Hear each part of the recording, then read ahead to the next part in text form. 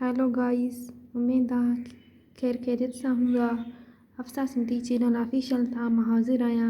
अॼु असांजो दौरु आहे कलोड़नि जो दौरु। सिंधी अदब में कलोड़नि जो दौरु कीअं रहियो, उनमें जेके कहिड़ा कहिड़ा शाइर पैदा थिया, सिंधी अदब ऐं इल्मु कलोड़नि जे दौर में कहिड़ी तरक़ी कई, उहो असां सभु हुन जेको की वीडियो में पढ़ंदासीं। त अचो त शुरू कयूं। पहिरीं असांखे ख़बर हुजे त कलोड़नि जो दौरु जेको शुरू थिए थो 1718 में ऐं ख़तमु थिए थो 1782 में। ऐं 1718 खां 1782 ताईं जेका सिंध ते हुकूमत रही कलोड़नि जी रही, उनखां पोइ जेको सिंध ते टाटपुर आया। त कलोड़नि जे दौर में सिंधी इल्मु अदब तमामु घणी तरक़ी कई। हिन दौर में शाह अब्दुल लतीफ़ भिटाई जहिड़ो अज़ीम शाइर पैदा थियो। मुकमल रिसाले जोड़ण जो रवाजु पिणु हिन दौर में पियो। फ़नी लिहाज़ खां बेत इर्तिक़ा जूं मंज़िलूं तइ करे फ़नी पुख़्तगी ऐं वसअत हासिलु कई। ठीकु आहे।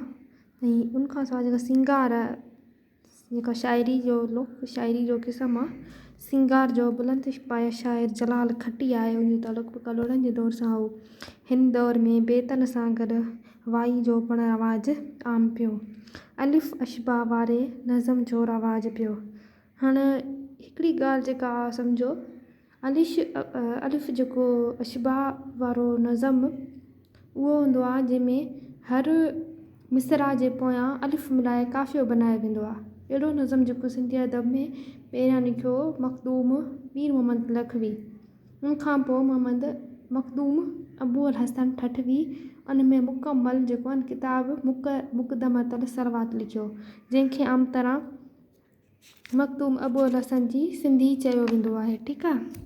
ॾिसो हुते आहे मखदूम अबू अल हसन ठठवी किताबु मुक़दमतल सरवात लिखियो, जंहिंखे अबू अल हसन जी सिंधी चयो वञे थो। ऐं हिन में ई हुन जेको आहे अलिफ़ अशबा वारो जेको आहे नज़म लिखियो जंहिंमें हर मिसरा जे पोयां अलिफ़ मिलाए काफ़ियो ठाहियो वेंदो।